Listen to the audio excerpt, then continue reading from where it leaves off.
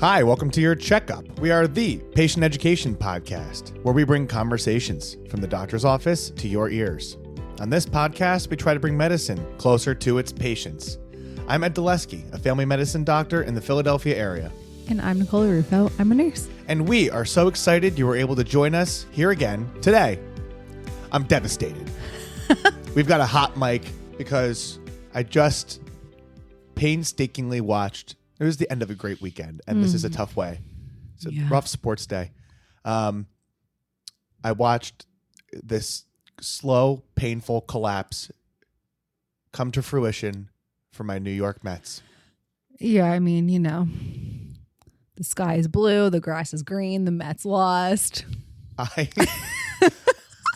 I don't know. I think this hurts. This is embarrassing. I don't play for them, so I can't be so embarrassed. But they this hurts. Maybe it doesn't hurt as much as 2015 when they lost in the World Series. Last year, I kind of expected them to lose. No one expected them to be there. This year, they had expectations. Baseball stinks. I've been trying to tell you that, bro. Baseball stinks a lot. And now I think that Pete Alonso might not be a Met anymore.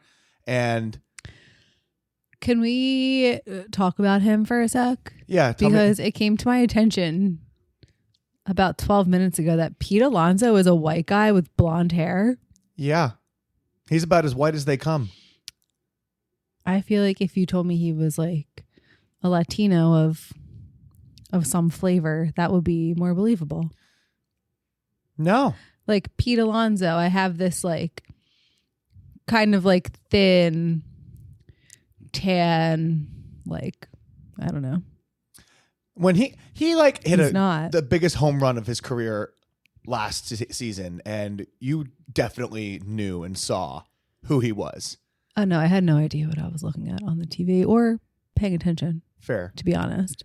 Oh my God. No, it's just devastating. I'm trying to come up with words because this is something where people listen to our words, and I am just mortified. And now it's late September, and all of the they just started off so hot. They started off so well, and then they just stopped. And then they just started losing all the games, and they're like one of the worst teams in baseball. And it was just overnight, and it just everything that went wrong could go wrong, and then they would come back, and they would make it seem like they were going to be back. And they get paid so much money to be so bad. And I don't know. And then if it doesn't make any matters worse, like I know we live in Philly, and I know people probably like whatever. Malik Neighbors, wide receiver, probably like star, up and coming wide receiver, New York Giants, probably tore his ACL. They won today. But like, oh my God. It's fine. No one cares about the Giants. I know they don't. But still, like it just adds insult to injury. And it just... I'm so sorry you're going through this. No, I am. It like really, really hits me hard. I hope I wake up tomorrow. Yeah, I'm not even like, I don't even watch baseball if the Mets are or not. I love football. I love me some basketball. Ugh, basketball is the worst. But like, would you rather basketball or baseball if you had to pick? Oh, man. Probably basketball. Baseball is so boring, and it's like so slow. Like I feel like I'm watching something in slow motion. And then like every once in a while someone will like run fast or like throw a ball really fast back and forth, and that's it. Yeah, it is. You really have to be in it. Like, I mean, today I was hanging on every single pitch, and it's unhealthy for me probably, but you know, the average fan, I think we've talked about this before. The average fan in baseball don't really go that well together. Oh man, it's just, you can't even get into the tournament. It's just, well, maybe next year. Yeah, maybe next year. Well, why don't we try to appeal to a greater audience? And what? God, this hurts so much. Can you tell us?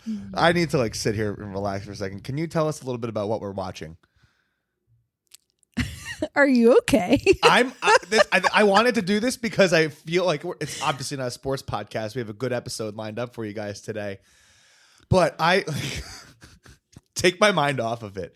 What's the spooky show we're watching? We're watching a spooky show because it's getting into spooky season. I also don't do well with these. I love scary things. It's not even that scary. Give me Hubie Halloween. Like I can't. Look. I'm devastated with the sports, and now we're watching this creepy show. We're gonna watch another creepy one after this too. We're watching what is it called? Bly Manor, The Haunting of Bly Manor, or something of that ilk. Yeah.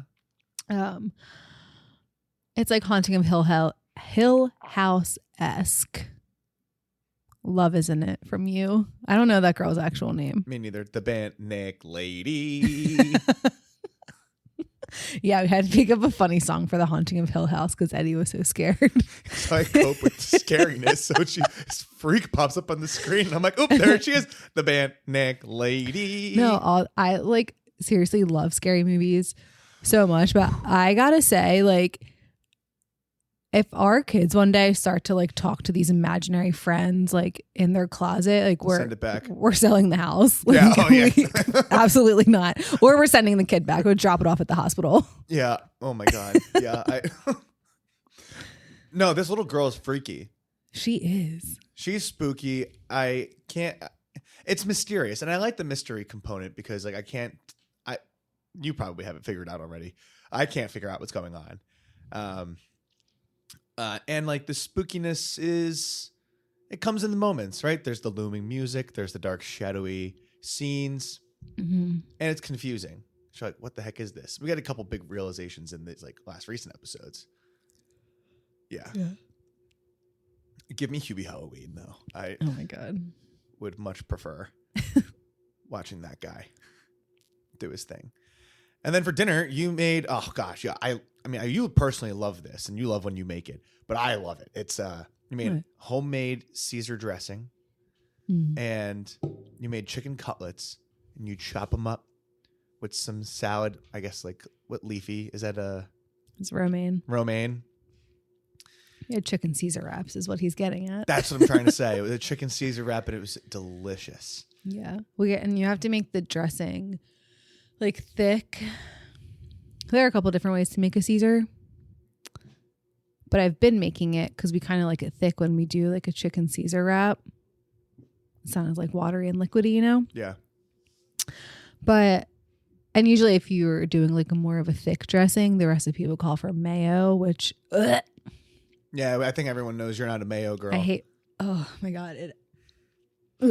Also not a regular salad dressing girl. Hence, we're making our own, which is delicious. Mayo is the devil's condiment. But is an aioli a devil's condiment? But besides that, it's not the healthiest. So I've been making it with fat-free Greek yogurt. Because you like to just eat condiments as if they are like a side dish. And I cannot sit and watch you eat like one whole cup of a mayo-based condiment. Yeah. It's a problem. They're just so tasty. So it's just like Greek yogurt and it's healthy. So it's so tasty. I think I came across a guy recently and he like said something about like a weird thing he was. Oh yeah, this guy was like, oh yeah, so I'm like, oh, what do you eat during the day? And he's like, yada yada yada. Yeah, when I'm making dinner, I take like a shot of olive oil. Is that cool? And I was like, my brother in Christ, why are you doing that? And then I thought, you'd be the pot calling the kettle black. Yeah, like I drink your condiments that you make. Like usually got this like lemon based salad dressing on the counter, and I walk by it and I think about drinking it every time. I'm just like, that is gonna taste good. I'm just like, let me do it, or let me go to and do this yogurt. Like, let me just take a spoonful. Helps the medicine go down. Oh my god! No, it was so good. Wow. Yeah, that's awesome. I'll spread my wings and I'll learn how to fly. No, it's not easy to tell you goodbye. Make a wish Take a chance, make a change, and break away. Oh, that was beautiful. Thank you. Break away. We're still going. I love these t-shirts. I just put your white one in the wash. Really? Mm-hmm. No, these Abercrombie shirts are great. No free advertisements, but I love them. You just need like a standard t-shirt every once in a while. You just need something to throw on and wear around the house. Dress it up or dress it down. You bet. You put on some socks, put on some shorts, put on some jeans. T-shirt's versatile. It's a good t-shirt. It's a plain black t-shirt. I think you have 4 of them now in that same one. I do. I've got cream. I've got, or tan, if you will. I've got brown. And I think the tan one is a different style. The black one, the brown, red, and now there's a white one. Oh, the red. Yeah, they're all the same. I'm a big fan. I like it. And I'm also looking forward to the brownies that you made. That was a surprise. Oh yeah, I was hopeful that I was hopeful that you would have something special made, and you certainly came through. I love your brownies. They're addicting. That's why I only made a half a batch. Yeah, that you don't pull any punches on. You're not like, ooh, I'd make something that like healthy in this way. Like, no, we are full in there. Swimwear brownie. They are so good. Yeah, they are good. Is it a dark chocolate? Are there dark chocolate features to this one? I don't think so. I think it was just cocoa powder. Mwah. Yeah. You know, I did recently have this French toast, and it had like a sweet cream cheese on top, whipped cream, and that was delicious. Was it like a cream cheese frosting-esque? Kind of, but it was like less frosting and more like whipped. Normally when I go out to breakfast, I like reach for the savory, but this time I was like, no, I need something. I need like a sweet treat. I needed a sweet treat in the form of breakfast, like a dessert. So that was delicious. Yeah. Whew. All right. Did you remember it? Mm-mm. All right. Well, let's get to it. So what are we going to talk about today, Nick? Today, we're going to talk about some screen time and mental health. Yeah. So it turns out we have like about 7 sources here for our data and evidence. And it's something everyone thinks about, I think, but needs more study. But we're going to start the conversation here today. Do you know how much time you spent on your phone today? And was it more than you meant to? But most teens and adults, I think everyone would agree, use smartphones and social media every single day. Am I right or wrong? Oh yeah, every single day. I mean, my screen time's high because I like use it at work, but I'm also scrolling on TikTok. Right. For hours, I'm pretty sure, a day. Right. Exactly. So what we know is that these technologies can have both positive and maybe some negative effects on mental health. And so we invite you on this journey today while we kind of weave our way through what each of those are for different populations of people and what we should think about. So as our resident pediatric wonderkin extraordinaire. Oh my God. Tell us what you think, or tell us what we know a little bit about screen time and social media in preteens, adolescents. Well, we do know that spending more than 3 hours per day on social media is unfortunately linked to higher rates of depression, anxiety, stress, or even suicidal thoughts or behaviors. Yeah, that's rough. And it's so we got 3 sources here. The sources are in the show notes if you're interested, and that's a lot. 3 hours is also not a very large threshold to cross, I think. Yeah, it's really easy to get there, I think. I think so too. And also, like, I think our lived experience when we were teens is different than what's out there right now. Yeah. Like, I don't remember having a smartphone until way later. And I feel like they are much more commonplace earlier now. Not to like shake my fist and be like, get off my lawn back in my day. So what we also know is that, there's the 3-hour mark right there, but we also know that addictive or problematic use, and use that kind of looks like a feeling like unable to stop, or using the device late at night, or this one's a big one. I think I noticed this a lot, is using them to escape negative feelings raises these risks that you said, like depression, anxiety, stress, etc. That the other two are obvious, and like you can look at someone and say like, oh, the light's on in the room, or like you can ask them, you can look at the data on the phone and see like someone's on the phone late at night. But to use it to like escape a feeling, I could see how that could be a really subtle, tough to measure thing that can really like, I mean, it's like a coping mechanism, but it might not be a good one. Mm-hmm. So while we're talking about other risks and negative things, we also find that this leads to poor sleep, opportunities for cyberbullying, really like undue comparisons. Comparison is the thief of joy, and it's rampant on social media. So that in itself is probably unhealthy. And seeing unrealistic images online can also make all of these problems worse, which also doesn't surprise me.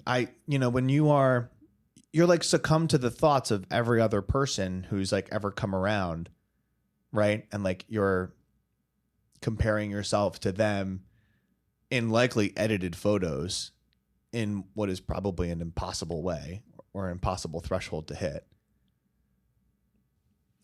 So, I mean, we listed a lot of things that can make social media problematic for teens. We know it's worse in teens than it is for adults, and we're going to talk about that too. But I mean, there are some benefits, right?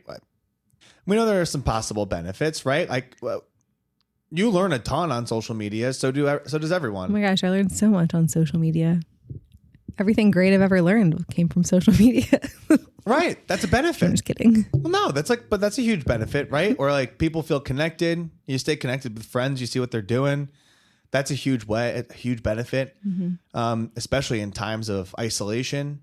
So that's a huge benefit. Or it can connect people who need support in different groups. Like I've seen countless support groups, also fraught with peril, but like people who need help and like finding like-minded communities, which can be therapeutic for people. So there are some benefits.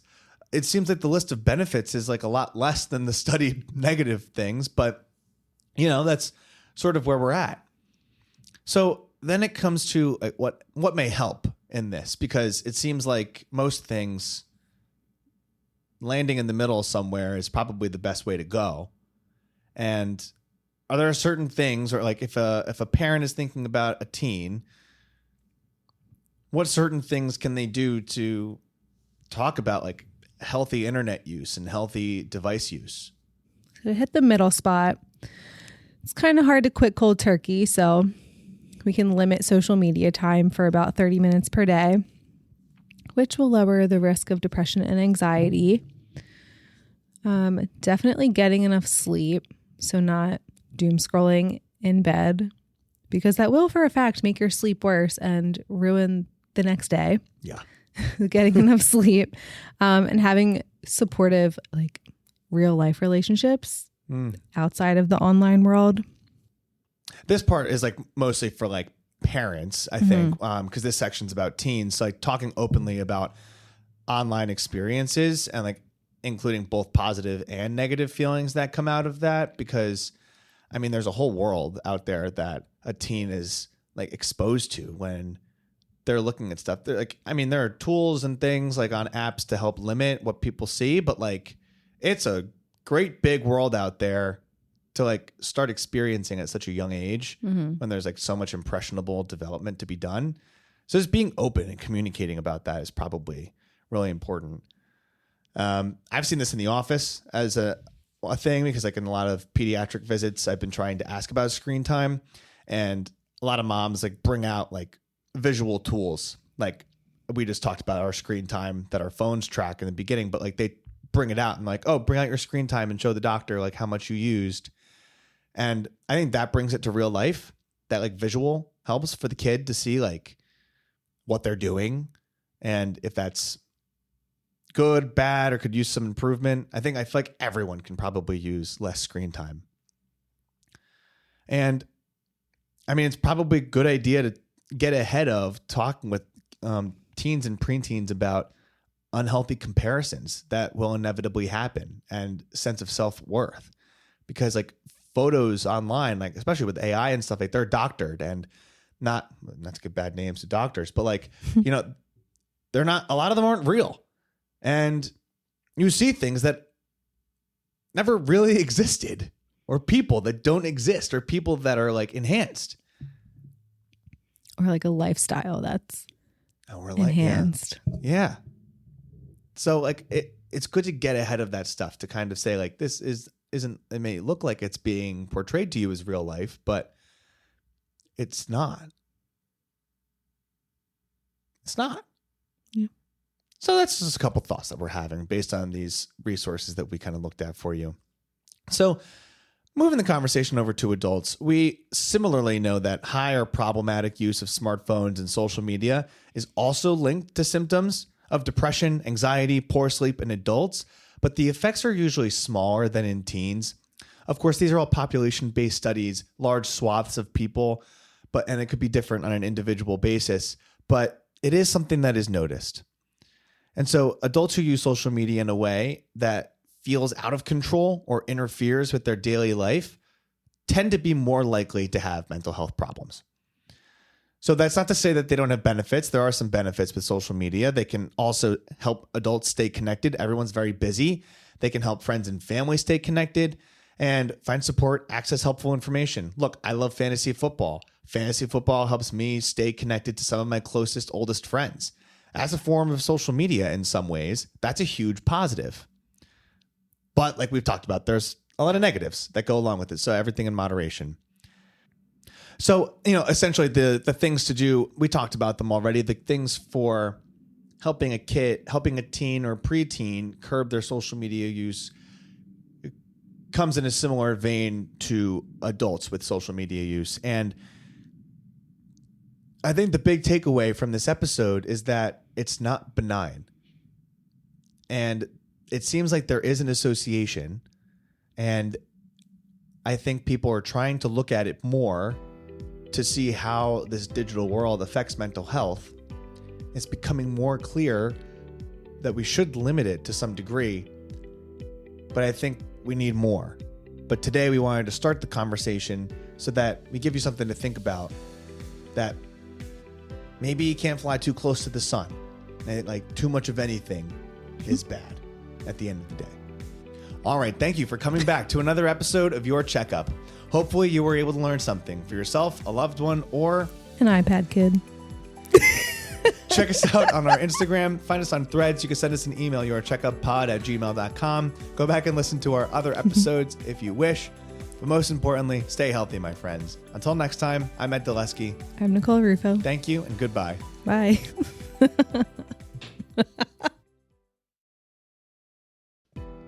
This information may provide a brief overview of diagnosis, treatment, and medications.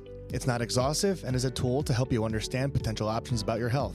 It doesn't cover all details about conditions, treatments, or medications for a specific person. This is not medical advice or an attempt to substitute medical advice. You should contact a healthcare provider for personalized guidance based on your unique circumstances. We explicitly disclaim any liability relating to the information given or its use. This content doesn't endorse any treatments or medications for a specific patient. Always talk to your healthcare provider for a complete information tailored to you. In short, I'm not your doctor. I am not your nurse. And make sure you go get your own checkup with your own personal doctor.